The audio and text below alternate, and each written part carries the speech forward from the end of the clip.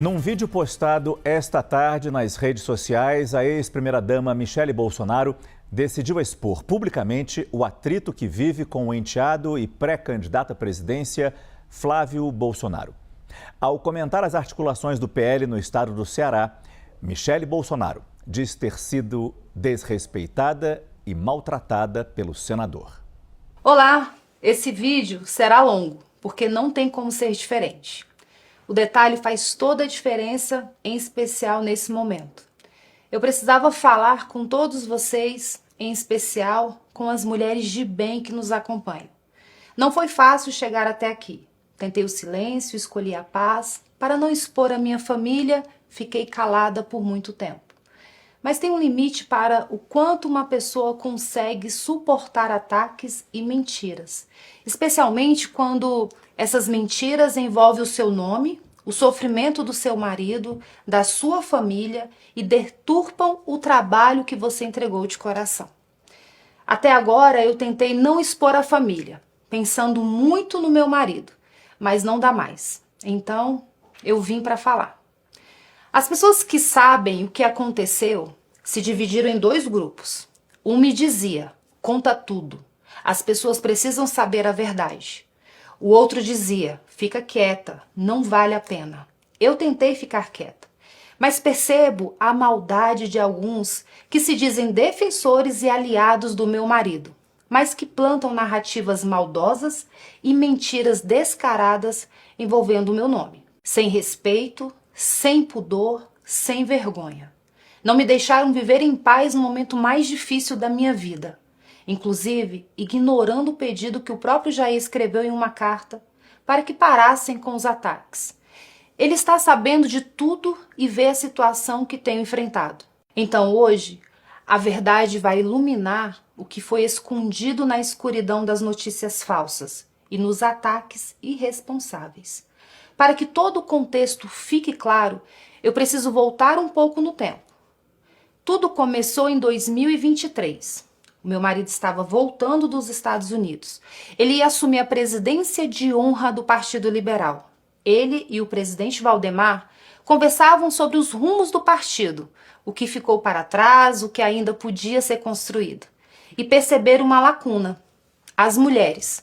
Um público enorme, poderoso e que ainda viu Jair com desconfiança. Não tinha uma estrutura partidária que falasse de verdade com elas. Foi nesse momento que o meu nome surgiu. Eles me convidaram para assumir o PL Mulher como presidente nacional. Eu aceitei, mas fui muito honesta. Olhei para o meu galego e disse: Jair, você sabe que eu não assumo missão para viver um faz de conta. Eu já sabia o tamanho do que estava sendo o pedido e eu tinha visto de perto na caravana Mulheres com Bolsonaro em 2022 idealizada pela nossa governadora Celina Leão para ajudar na eleição do meu marido. Ao lado de Celina, Damares, Tereza Cristina e tantas outras guerreiras, eu vi o que era levar essa mensagem de esperança viajando pelo Brasil inteiro. Era sacrifício real, era entrega real. Ele olhou para mim e disse que sabia que seria difícil para todos nós, mas que era necessário. Foi nesse momento que entrou em campo a vereadora Priscila Costa, presidente estadual, e a minha vice-presidente nacional do PL Mulher, uma mulher honrada e fiel defensora da vida e das pautas conservadoras. Priscila tinha acabado de ser eleita vereadora. Poderia estar cuidando do seu próprio mandato. Em vez disso, dedicou-se integralmente à campanha de André, aproximando o público feminino, diminuindo a rejeição, abrindo portas que estavam fechadas. O trabalho da Priscila fez uma diferença real e significativa. Não vencemos a eleição por muito pouco, mas nos mantivemos firmes aos nossos valores. André chegou a outro patamar com a ajuda e a dedicação da Priscila. E o que ela recebeu em retribuição é revoltante. Reconhecer, ser grato e retribuir o bem a quem nos ajuda é sinal de nobreza e de lealdade. Mas o agradecimento à Priscila parece estar vindo em forma de perseguição e desprezo. Deixa eu te mostrar o tamanho dessa injustiça com o número. Em 2026, serão 54 vagas para o Senado Federal. Em comparação, se aplicarmos a regra dos 30% para candidaturas femininas, teríamos direito a 17 vagas para mulheres no partido. Eu pedi apenas 3. Priscila Costa, Carol de Tone e Bia Kisses. 3 vagas de 17 que poderíamos ter. E tem sido uma batalha diária para manter essas 3. Isso é muito desgastante. Em especial nesse momento que o meu marido e eu estamos enfrentando. Deixa eu ser clara sobre a indicação da Priscila. Essa candidatura foi muito bem definida por 3 pessoas. Meu marido, eu e o presidente Valdemar. Não foi sugestão, foi preferência, foi decisão. E decisão baseada no potencial da Priscila Costa. Jair definiu que o PL disputaria as 2 vagas do Ceará, uma com Priscila e a outra com o pai do André. O que aconteceu depois foi que, aproveitando-se da prisão do Jair, começaram a trabalhar para eliminar a Priscila da disputa, cedendo a vaga dela para garantir uma aliança com Ciro Gomes. Isso mesmo, o Ciro Gomes. Eu preciso parar aqui e fazer uma pergunta. Se o André queria agradar o Ciro Gomes, por que ele não ofereceu a vaga do seu próprio pai? Será que ele acha que retirar a vaga de uma mulher seria mais justo e fácil? Que fique registrado para sempre. Enquanto ainda estava preso no 19º Batalhão, o meu marido mandou um recado claro que foi repassado à direção do partido e ao senador Rogério Marinho.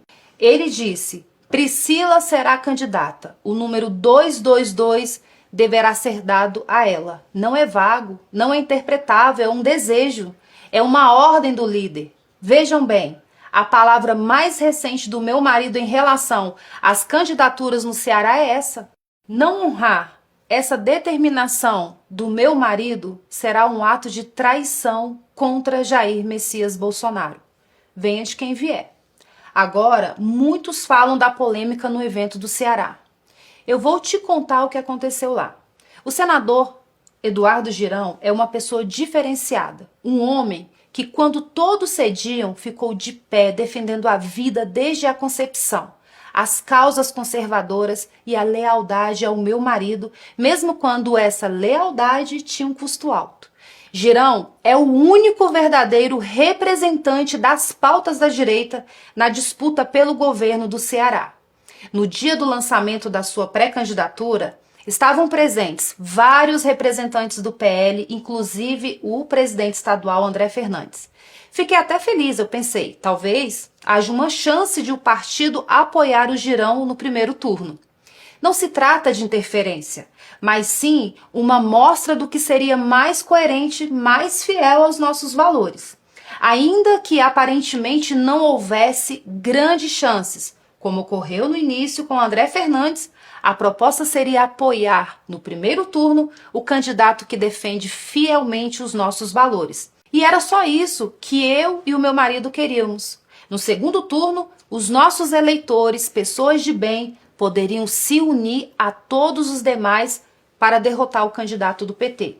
Mas o que eu não sabia ainda era o que estava sendo acordado nos bastidores. Não pelo meu marido, não com seu conhecimento atualizado, porque ele, infelizmente, estava preso e essas pessoas não tinham mais contato com ele.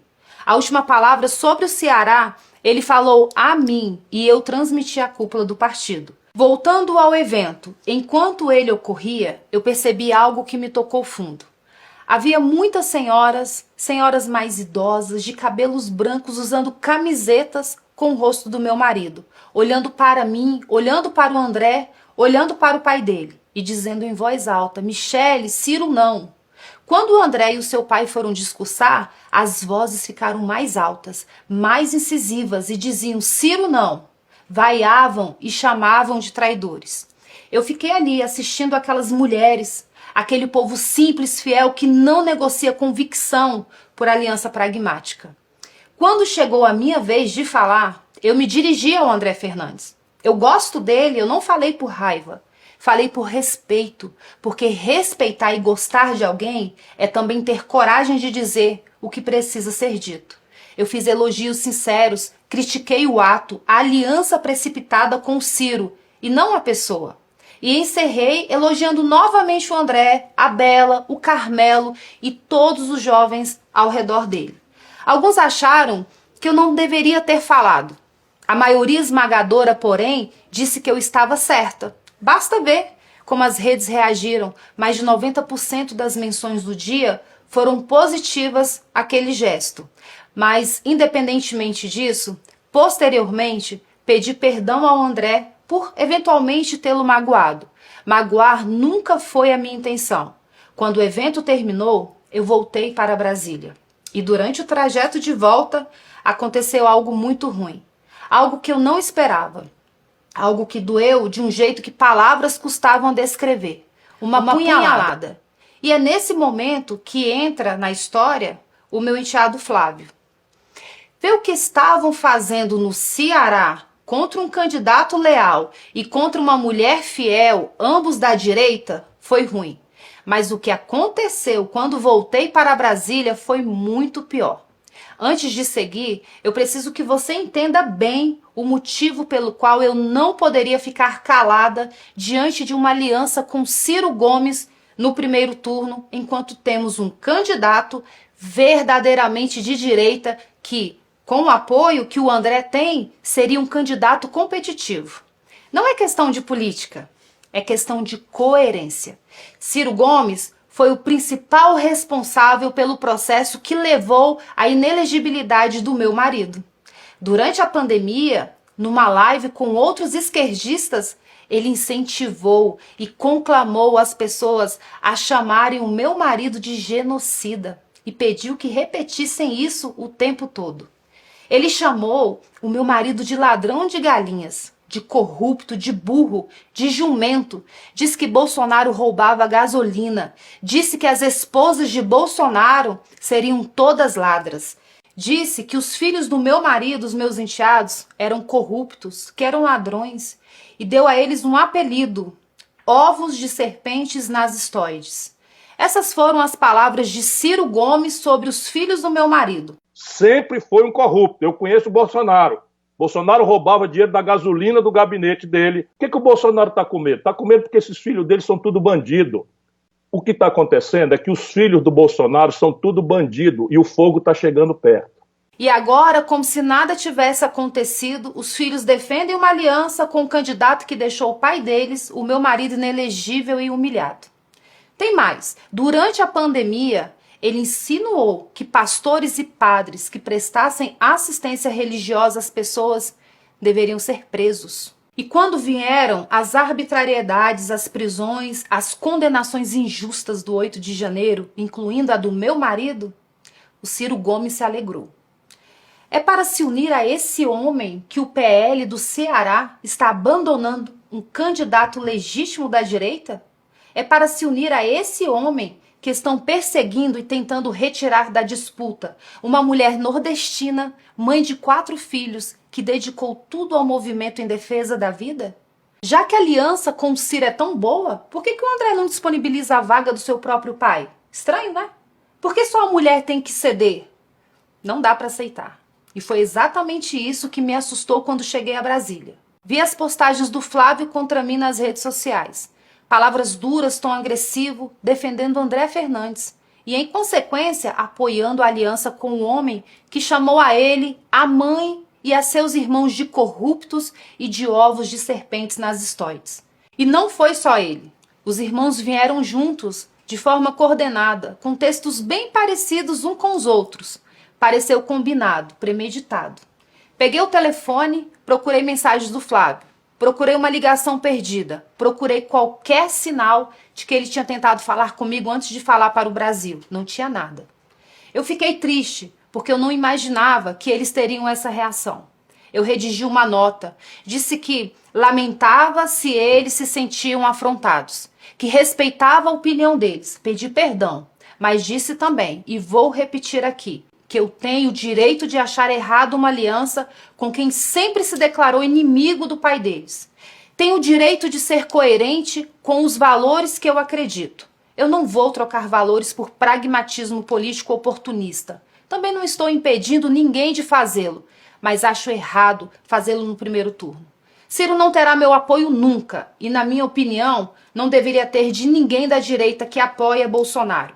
Mas essa é apenas a minha opinião e eu tenho direito de tê-la. Voltando ao Flávio, telefonei para ele, tentei algumas vezes, mas ele não atendeu. Algumas horas depois da postagem, ele retornou a ligação. Mas, sinceramente, para falar o que ele me falou, seria melhor se ele não tivesse ligado. Ele foi muito ríspido, me desrespeitou e me maltratou ao telefone. E eu não tinha feito nada contra ele. Ele disse que seria melhor eu ficar fora das decisões do partido. Disse que eu havia chegado ontem e não entendia nada de política. Diante dessa humilhação, eu disse a ele que estava tudo bem. Entendi que ele não queria o meu apoio ou que este era insignificante. E então eu me recolhi. Fiquei na minha e assim permaneço. Eu sou presidente nacional do PL Mulher. Fui convidada pelo meu marido e pelo presidente Valdemar. Eu percorri o Brasil inteiro, instalei diretórios em todas as 27 unidades da federação, ajudei a eleger 1.005 mulheres em 2024, um aumento de 45,8% em relação a 2020. Mas para ele e alguns que o cercam, eu não entendo de política. Tudo bem, eu me recolhi. E desde esse dia, ele não me procurou mais. Eu também não procurei, porque estou respeitando o que ele falou, e é só isso. Agora, vou desmentir as narrativas e notícias que circulam na imprensa. Eu sei quem as planta, eu sei quem são as fontes. Eles me tratam como se eu fosse idiota, como se eu fosse alguém que chegou ontem, mas eu não sou.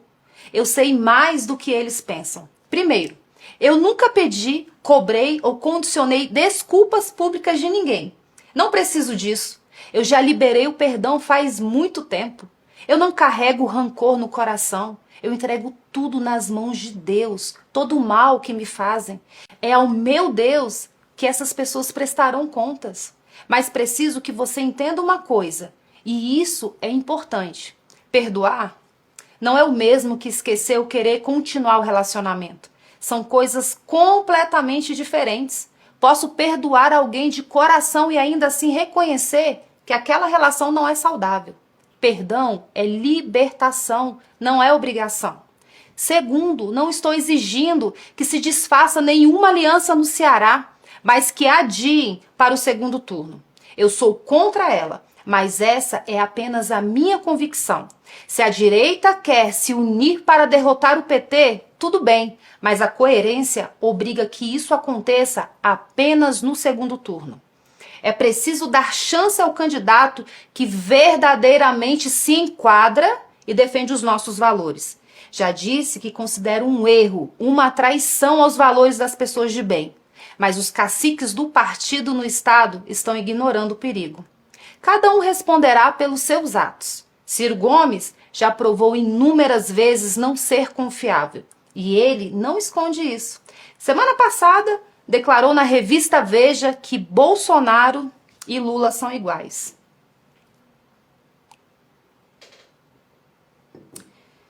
É só uma questão de tempo para ele se voltar contra a direita.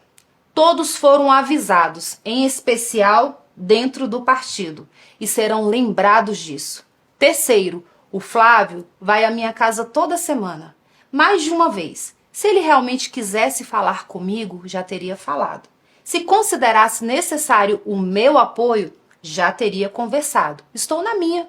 Continuarei recolhida. Quarto, as tais fontes espalharam para a imprensa que eu teria ficado com raiva porque queria ter sido candidata.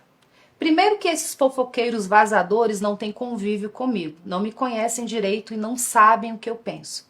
Segundo, minha prioridade agora não são candidaturas. Minha prioridade agora é cuidar da minha família, do meu marido que está precisando de mim.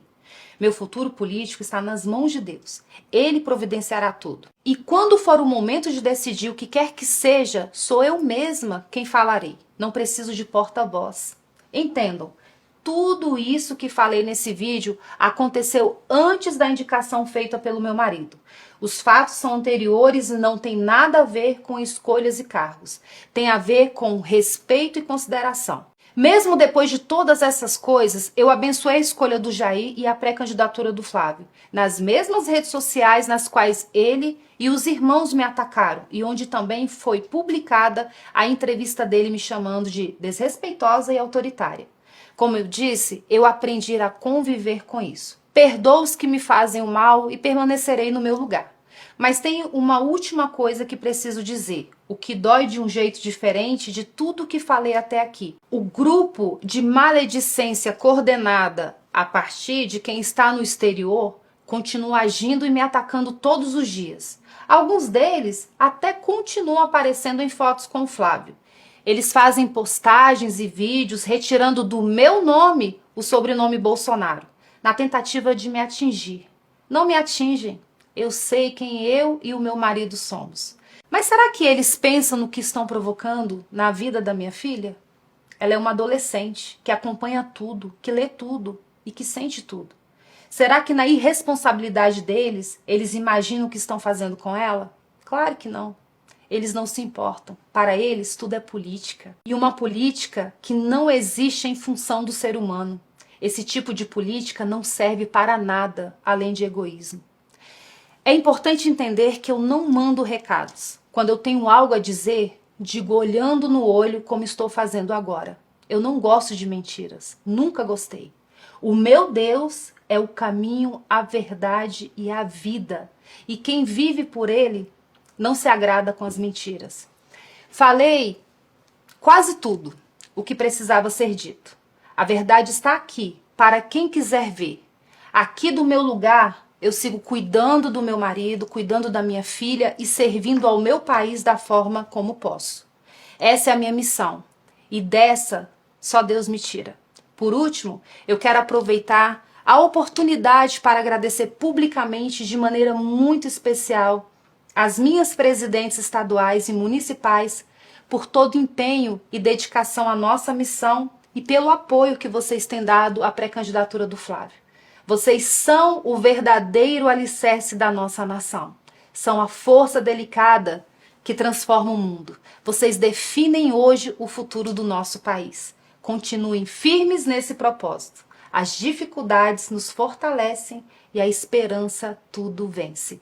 Eu amo a vida de cada uma de vocês, mulheres alicerçadas. Que Deus os abençoe, que Ele abençoe as famílias brasileiras e que Deus abençoe o nosso amado Brasil.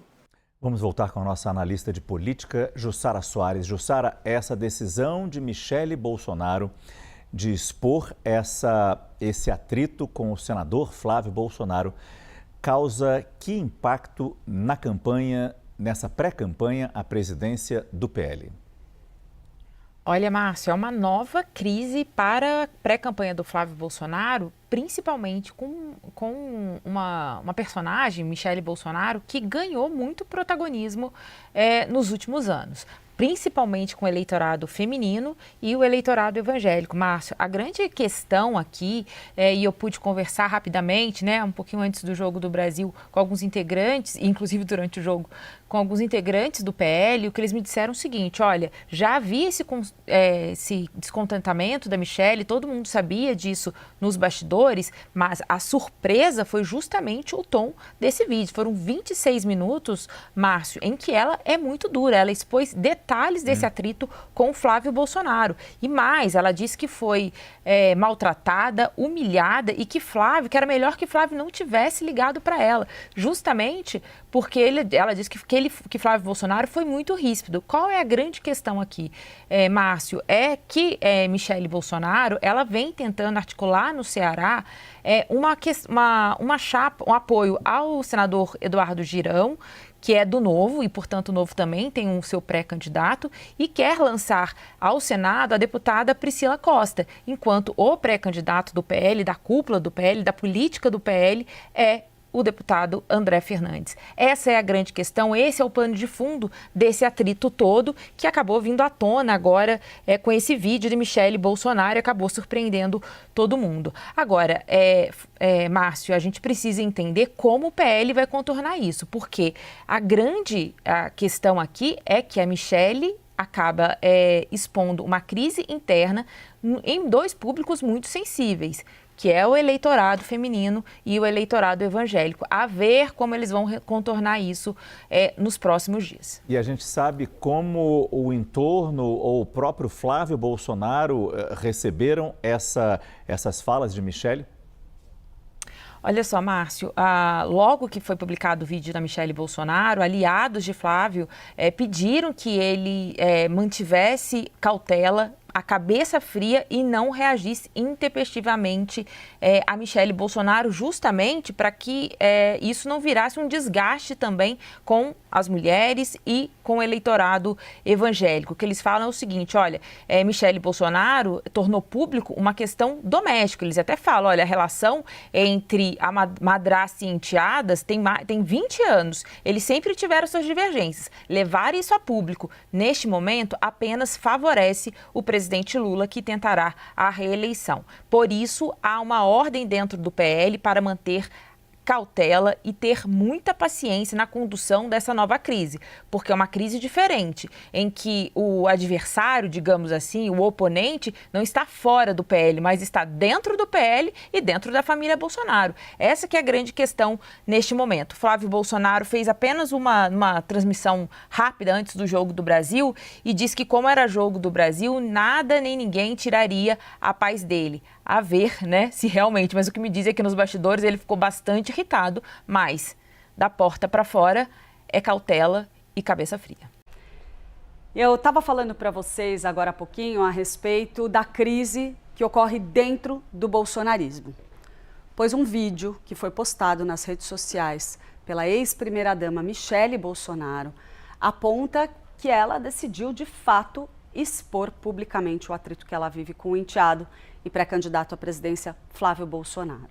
Ao comentar essas articulações no PL no estado do Ceará, que já pautaram outros embates entre Flávio e Michelle, a ex-primeira-dama disse ter sido desrespeitada e maltratada pelo senador. Vamos dar uma olhadinha no que ela falou. Voltando ao Flávio, telefonei para ele, tentei algumas vezes, mas ele não atendeu. Algumas horas depois da postagem, ele retornou a ligação. Mas, sinceramente, para falar o que ele me falou, seria melhor se ele não tivesse ligado. Ele foi muito ríspido, me desrespeitou e me maltratou ao telefone. E eu não tinha feito nada contra ele. Ele disse que seria melhor eu ficar fora das decisões do partido. Disse que eu havia chegado ontem e não entendia nada de política. Diante dessa humilhação, eu disse a ele que estava tudo bem. Entendi que ele não queria o meu apoio ou que este era insignificante. E então eu me recolhi. Fiquei na minha e assim permaneço. Eu sou presidente nacional do PL Mulher. Fui convidada pelo meu marido e pelo presidente Valdemar. Eu percorri o Brasil inteiro, instalei diretórios em todas as 27 unidades da federação, ajudei a eleger 1.005 mulheres em 2024, um aumento de 45,8% em relação a 2020. Mas para ele e alguns que o cercam, eu não entendo de política. Tudo bem, eu me recolhi. E desde esse dia, ele não me procurou mais. Olha só, gente, logo depois desse vídeo de Michelle Bolsonaro, Flávio Bolsonaro fez uma transmissão ao vivo nas redes sociais. Mas ele evitou falar sobre esse assunto. Vamos dar só uma olhadinha num trechinho. Dia de jogo, nada nem ninguém me aborrece. Vamos tratar aqui de coisa boa, tratar aqui de futebol. Nada nem ninguém me aborrece. Seguindo, olha só, pouco tempo depois, o senador publicou um texto nas redes sociais. Vamos ver então o que ele afirmou. Na publicação, Flávio Bolsonaro afirma que não teve a intenção de ofender Michelle e que, caso o tenha feito, pede desculpas. Além disso, ele diz que respeita a trajetória da ex-primeira-dama no PL Mulher, pelo cuidado com o pai e tudo o que ela representa para o Brasil. Flávio também destacou que a família passa por um momento difícil. Vamos trazer a Isabel Mega para a gente fazer uma análise a respeito desse assunto, porque o que a gente viu acontecer ontem é uma explosão de algo que já estava cozinhando nos bastidores faz muito tempo. O embate entre Michelle Bolsonaro e Flávio Bolsonaro, ele vem já da época, antes mesmo da escolha do pré-candidato do PL à presidência da República. Houve embate interno ali no grupo da ex-primeira-dama a respeito também da atuação do partido em alguns estados, em especial no Ceará. E agora a gente vê isso ser exposto de uma forma sem precedentes, com impacto na campanha presidencial. Bem-vinda de volta, Isabel. Oi, Clarissa. Sim, o estopim para que Michele Bolsonaro fizesse essa publicação foi a última negativa, o que colocou uma espécie de pá de cal em uma tentativa dela de articular por uma aliada na chapa ao Senado pelo estado do Ceará. Tem bastante tempo que a gente tem acompanhado essa situação. A Michele articula pela Priscila Costa e teve uma negativa de Flávio Bolsonaro, que quer colocar na chapa o Alcides, que é pai do André Fernandes, atual presidente do PL no estado do Ceará. Então, a gente fala muito das críticas em relação a uma composição, por exemplo, com o Ciro Gomes, teve muito sobre isso no início do ano, mas o que há por trás, né, nessas camadinhas, é justamente essa irritação dela de ter escolhido uma aliada para disputar um cargo que ela considera importante e ter enfrentado uma negativa em um processo que foi se desgastando a ponto de explodir a partir dessa publicidade que se dá a um assunto que é político, é partidário, mas é também familiar. Quando ela resolve falar sobre o assunto em um vídeo bastante extenso e sem poupar críticas ao próprio enteado, ela expõe camadas de uma relação que não é de hoje, que não é boa. Eu estou falando aqui de um estopim, não estou falando que é a única questão que há por trás dessa publicação de Michele, porque ao longo dos últimos meses a gente foi mapeando um agravamento dessa relação que é historicamente ruim. Esse agravamento passa por trocas de xingamentos entre Michele e Flávio, que são relatadas por aliados. E agora o estrondo está feito. O que a gente observa de comportamento político é de um certo cuidado de Flávio Bolsonaro em não partir para um embate direto com Michele Bolsonaro, em não escalar e ficar num bate-rebate, porque isso pode ser muito prejudicial para a campanha dele.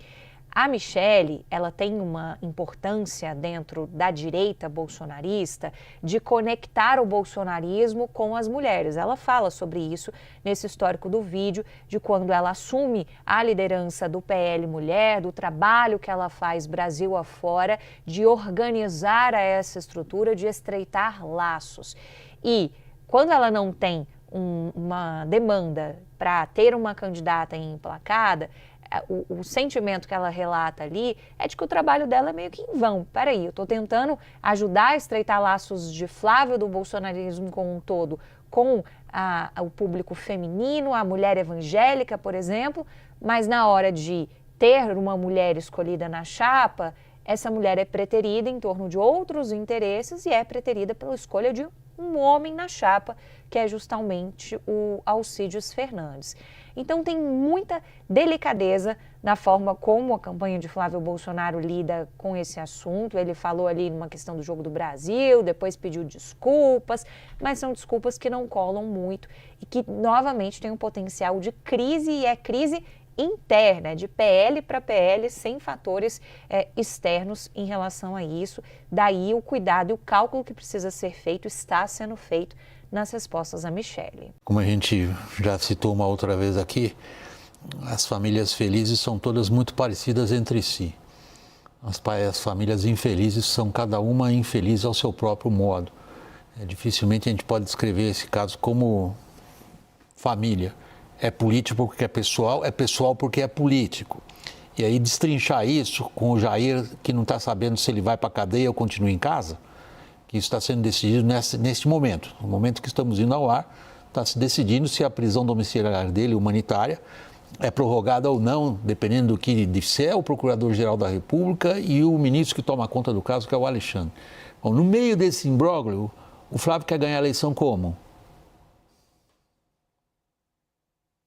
É complicado, William. Talvez essa questão sobre a decisão sobre a prisão domiciliar ou não do ex-presidente Jair Bolsonaro, nesse momento, talvez seja, vamos dizer assim, o menor dos problemas, já que se eventualmente o ministro Alexandre de Moraes decidir pelo retorno do ex-presidente à prisão, o Flávio pode continuar explorando essa questão da perseguição. Agora, esse vídeo da ex-primeira-dama, para mim, é uma situação muito delicada, porque, em primeiro lugar, envolve uma disputa familiar que a gente já tem visto alguns episódios, alguns capítulos, né, envolvendo até mesmo disputa entre os próprios filhos, né, e também os conflitos entre os filhos e a ex-primeira-dama. Mas principalmente porque a ex-primeira-dama, ela é mulher, uma liderança importante do PL Mulher. O ex-presidente Jair Bolsonaro tem uma dificuldade com o eleitorado feminino, não é de agora. E o eleitorado feminino é maioria junto ao eleitorado brasileiro. Então, sem dúvida nenhuma, esse episódio todo e a forma como a ex-primeira-dama ela narra, né, esse diálogo com o candidato Flávio Bolsonaro, dizendo que foi humilhada, dizendo que foi maltratada por ele, isso pode acabar repercutindo muito mal. Então, o Flávio, ele que tinha, até com o episódio do Jacques Wagner, saído um pouco da defensiva, volta a essa situação e tendo que, mais uma vez, gerenciar uma crise interna ali na campanha. O PL está muito preocupado com isso, com a repercussão que isso pode ter, especialmente entre o eleitorado feminino.